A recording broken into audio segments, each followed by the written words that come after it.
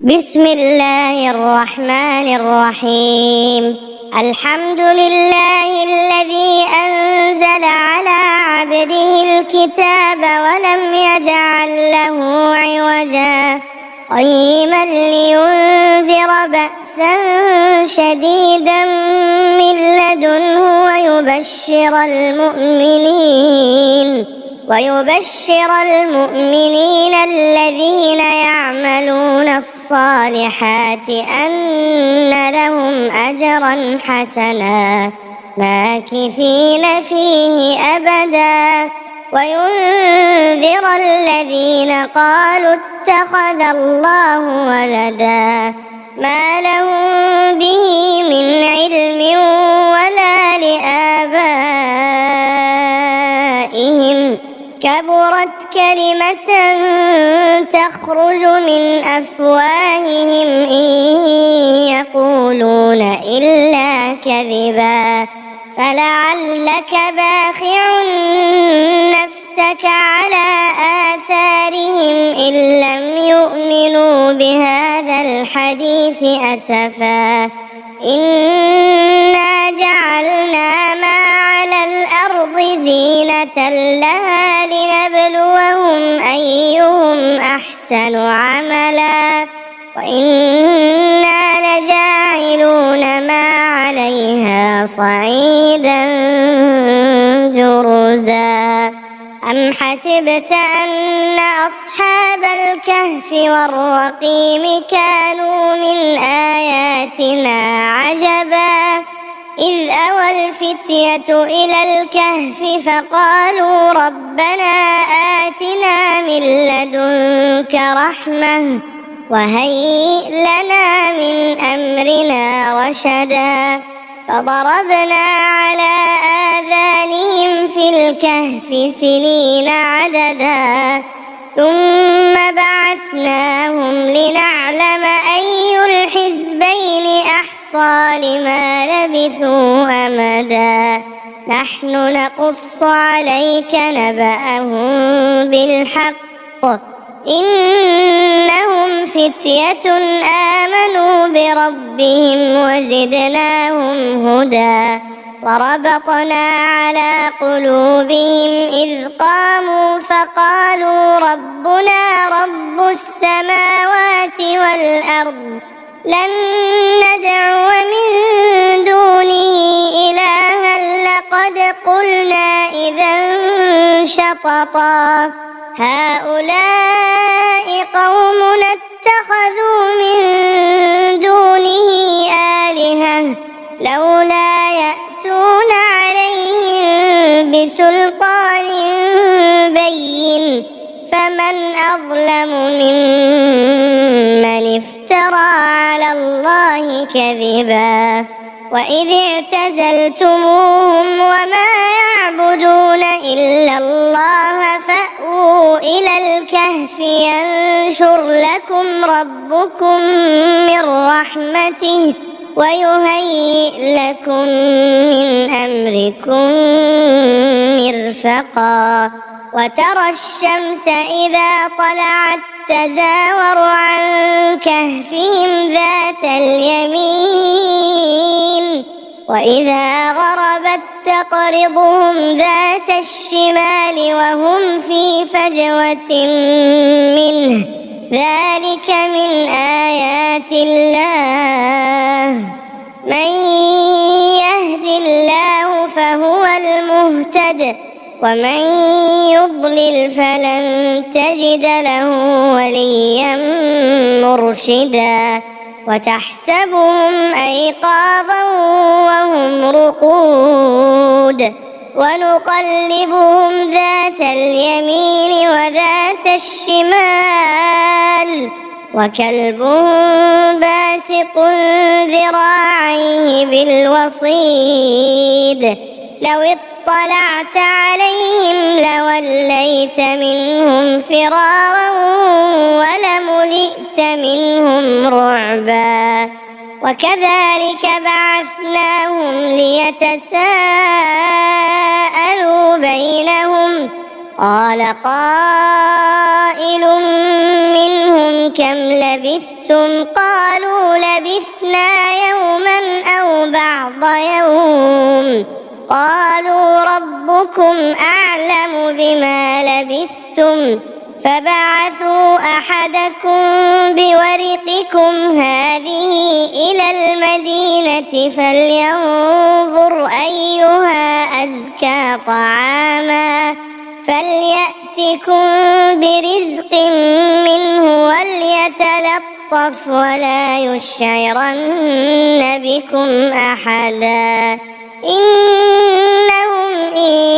يظهروا عليكم يرجموكم أو يعيدوكم في ملتهم ولن تفلحوا إذا أبدا وكذلك أعثرنا عليهم ليعلموا أن وعد الله حق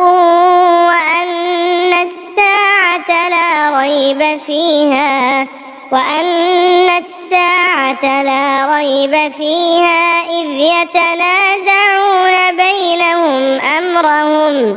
فقالوا ابنوا عليهم بنيانا ربهم أعلم بهم قال الذين غلبوا على أمرهم لنتخذن عليهم مسجدا سيقولون ثلاثة رابعهم كلبهم ويقولون خمسة سادسهم كلبهم رجما بالغيب ويقولون سبعة وثامنهم كلبهم قل ربي أعلم بعدتهم ما يعلمهم إلا قليل فلا تمار فيهم إلا مراء ظاهرا ولا تستفت فيهم منهم أحدا ولا تقولن لشيء إني فاعل ذلك غدا إلا أن يشاء الله واذكر ربك إذا نسيت وقل عسى أن يهديني ربي لأقرب من هذا رشدا ولبثوا في كهفهم 300 سنين وازدادوا 9 قل الله أعلم بما لبثوا له غيب السماوات والأرض أبصر به وأسمع ما لهم من دونه من ولي ولا يشرك في حكمه أحدا واتل ما أوحي إليك من كتاب ربك لا مبدل لكلماته ولن تجد من دونه ملتحدا واصبر نفسك مع الذين يدعون ربهم بالغداة والعشي يريدون وجهه ولا تعد عيناك عنهم تريد زينة الحياة الدنيا ولا تطع من أغفلنا قلبه عن ذكرنا واتبع هواه وكان أمره فرطا وقل الحق من ربكم فمن شاء فليؤمن ومن شاء فليكفر إنا أعتدنا للظالمين نارا أحاط بهم سرادقها وإن يستغيثوا يغاثوا بماء كالمهل يشوي الوجوه بئس الشراب وساءت مرتفقا إن الذين آمنوا وعملوا الصالحات إنا لا نضيع أحسن عملا أولئك لهم جنات عدن تجري من تحتهم الأنهار يحلون فيها من أساور من ذهب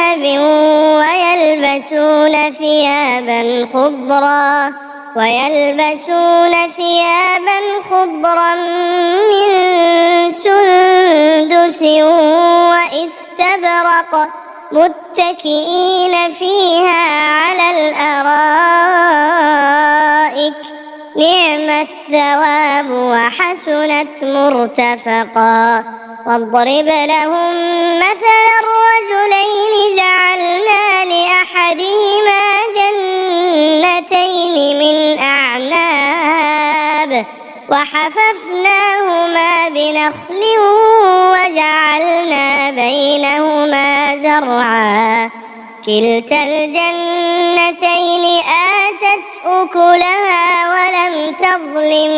منه شيئا وفجرنا خلالهما نهرا وكان له ثمر فقال لصاحبه وهو يحاوره أنا أكثر منك مالا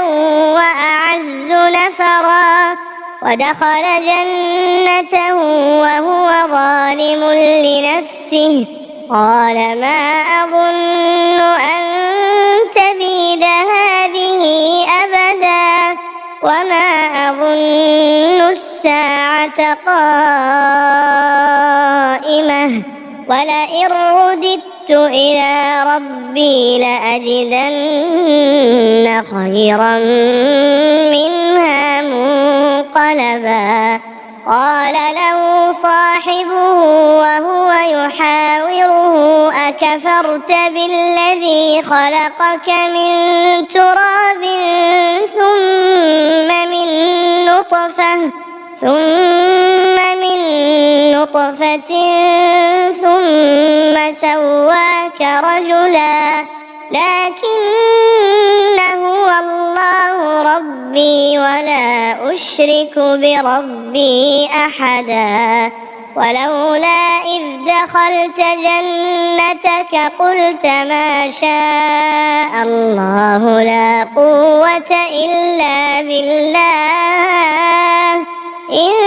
ترني أنا أقل منك مالا وولدا فعسى ربي أن يؤتيني خيرا من جنتك ويرسل عليها حسبانا من السماء فتصبح صعيدا زلقا أو يصبح ماؤها غورا فلن تستطيع له طلبا وأحيط بثمره فأصبح يقلب كفيه على ما أنفق فيها وهي خاوية على عروشها ويقول يا ليتني لم أشرك بربي أحدا ولم تكن له فئة ينصرونه من دون الله وما كان منتصرا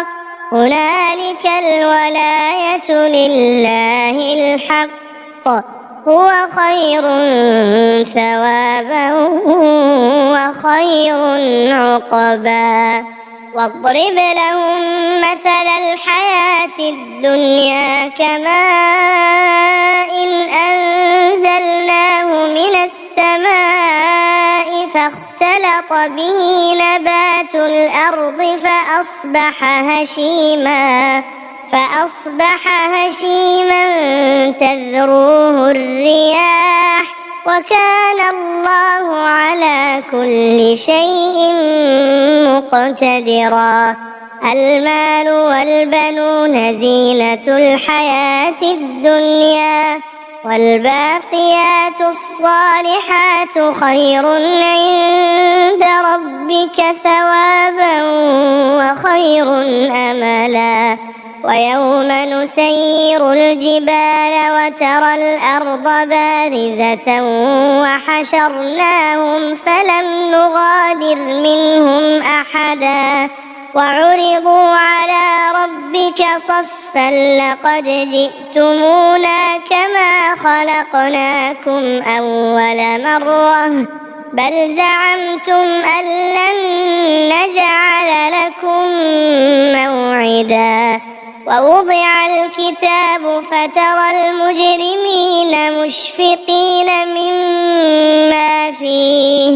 ويقولون يا ويلتنا ما لهذا الكتاب لا يغادر صغيرة ولا كبيرة إلا أحصاها ووجدوا ما عملوا حاضرا ولا يظلم ربك أحدا. وإذ قلنا للملائكة اسجدوا لآدم فسجدوا إلا إبليس كان من الجن ففسق عن أمر ربه أفتتخذونه وذريته أولياء من دوني وهم لكم عدو بئس للظالمين بدلا. ما أشهدتهم خلق السماوات والأرض ولا خلق أنفسهم وما كنت متخذ المضلين عضدا. ويوم يقول نادوا شركائي الذين زعمتم فدعوهم فلم يستجيبوا لهم وجعلنا بينهم موبقا. ورأى المجرمون النار فظنوا أنهم مواقعوها ولم يجدوا عنها مصرفا. ولقد صرفنا في هذا القرآن للناس من كل مثل وكان الإنسان أكثر شيء جدلا. وما منع الناس أن يؤمنوا إذ جاءهم الهدى ويستغفروا ربهم إلا أن تأتيهم سنة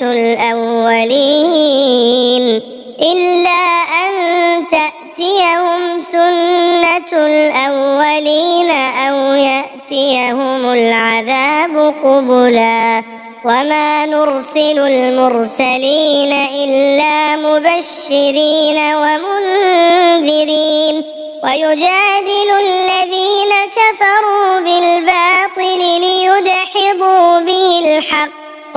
واتخذوا آياتي وما أنذروا هزوا. ومن أظلم ممن ذكر بآيات ربه فأعرض عنها ونسي ما قدمت يداه إنا جعلنا على قلوبهم أكنة أن يفقهوه وفي آذانهم وقرا وإن تدعوهم إلى الهدى فلن يهتدوا إذا أبدا. وربك الغفور ذو الرحمة لو يؤاخذهم بما كسبوا لعجل لهم العذاب بل لهم موعد لن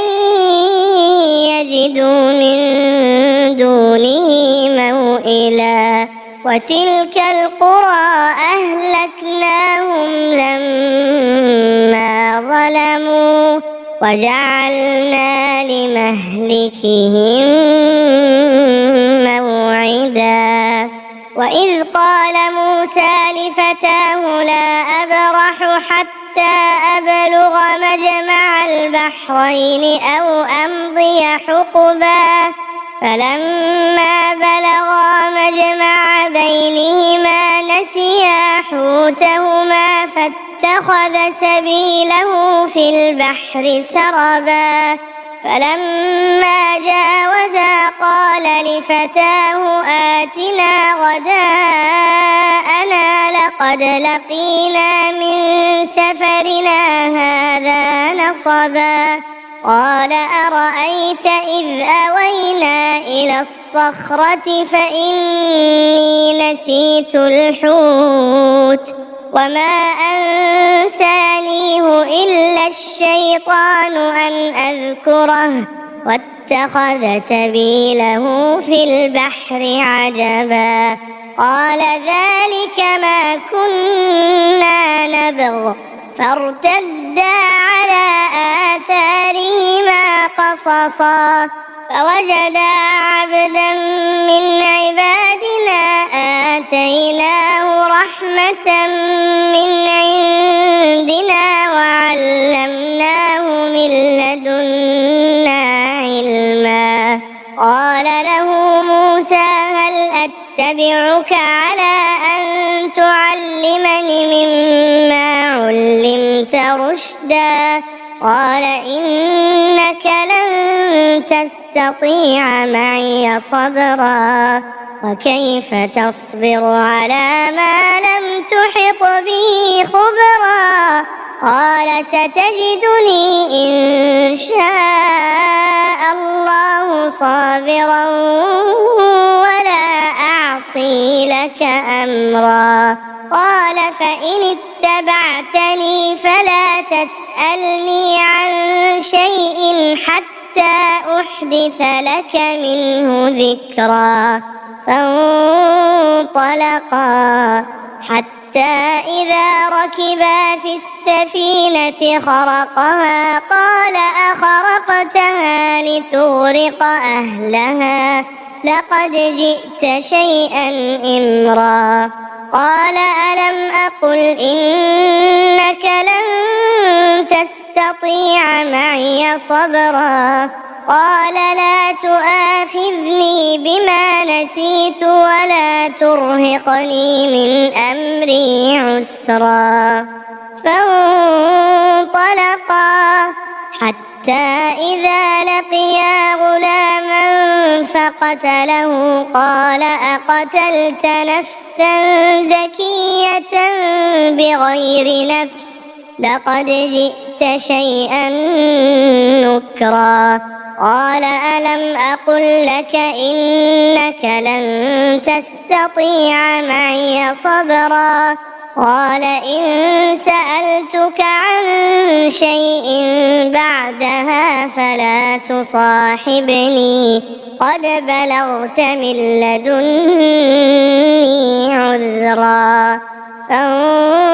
فانطلقا حتى إذا أتيا أهل قرية استطعما أهلها فأبوا أن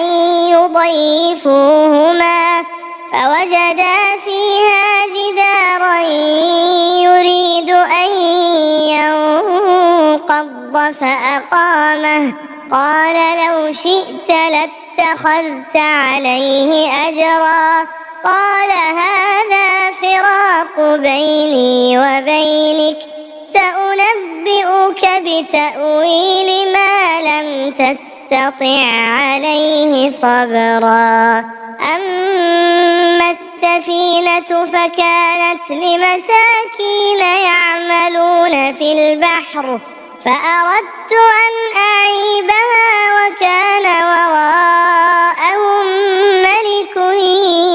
يأخذ كل سفينة غصبا وأما الغلام فكان أبواه مؤمنين فخشينا أن يرهقهما طغيانا وكفرا فأردنا أن يبدلهما ربهما خيرا منه زكاة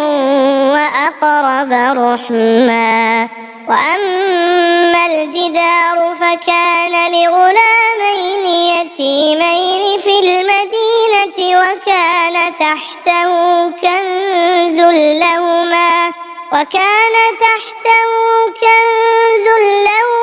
وكان أبوهما صالحا فأراد ربك أن يبلغا أشدهما ويستخرجا كنزهما رحمة من ربك وما فعلته عن أمري ذلك تأويل ما لم تسطع عليه صبرا ويسألونك عن ذي القرنين قل سأتلو عليكم منه ذكرا إنا مكنا له في الأرض وآتيناه من كل شيء سببا فأتبع سببا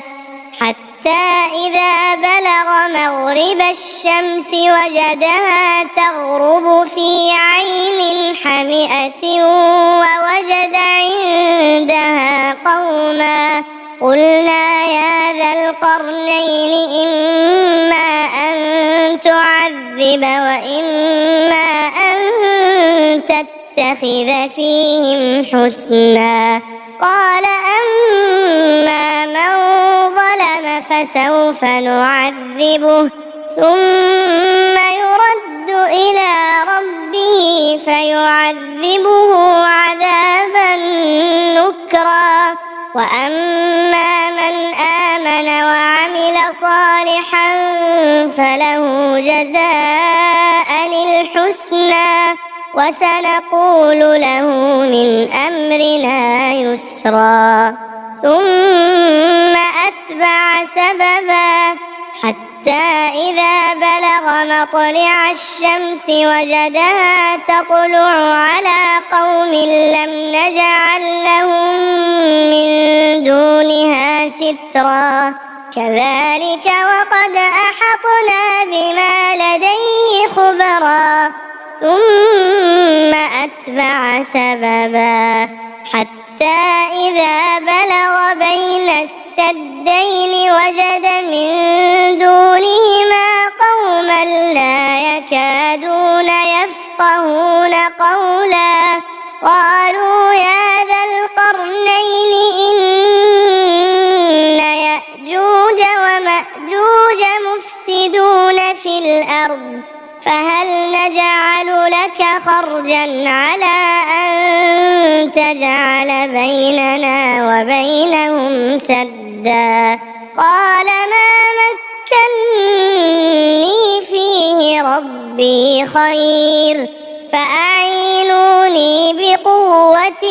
أجعل بينكم وبينهم ردما آتوني زبر الحديد حتى إذا ساوى بين الصدفين قال انفخوا حتى إذا جعله نارا قال آتوني أفرغ عليه قطرا فما استطاعوا أن يظهروه وما استطاعوا له نقبا قال هذا رحمة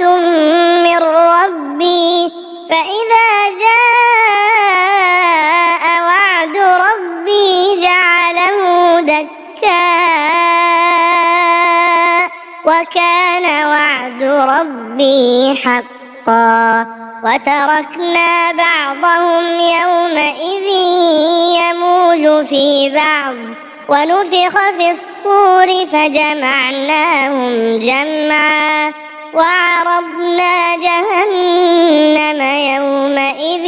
للكافرين عرضا الذين كانت أعينهم في غطاء عن ذكري وكانوا لا يستطيعون سمعا أفحسب الذين كفروا أن يتخذوا عبادي من دوني أولياء إنا أعتدنا جهنم للكافرين نزلا. قل هل ننبئكم بالأخسرين أعمالا الذين ضل سعيهم في الحياة الدنيا وهم يحسبون أنهم يحسنون صنعا أولئك الذين كفروا بآيات ربهم ولقائه فحبطت أعمالهم فلا نقيم لهم يوم القيامة وزنا ذلك جزاؤهم جهنم بما كفروا واتخذوا آياتي ورسلي هزوا إن الذين آمنوا وعملوا الصالحات كانت لهم جنات الفردوس نزلا خالدين فيها لا يبغون عنها حولا قل لو كان البحر مدادا لكلمات ربي لنفد البحر قبل أن تنفد كلمات ربي ولو جئنا بمثله مددا قل إنما أنا بشر مثلكم يوحى إلي أنما إلهكم إله واحد فمن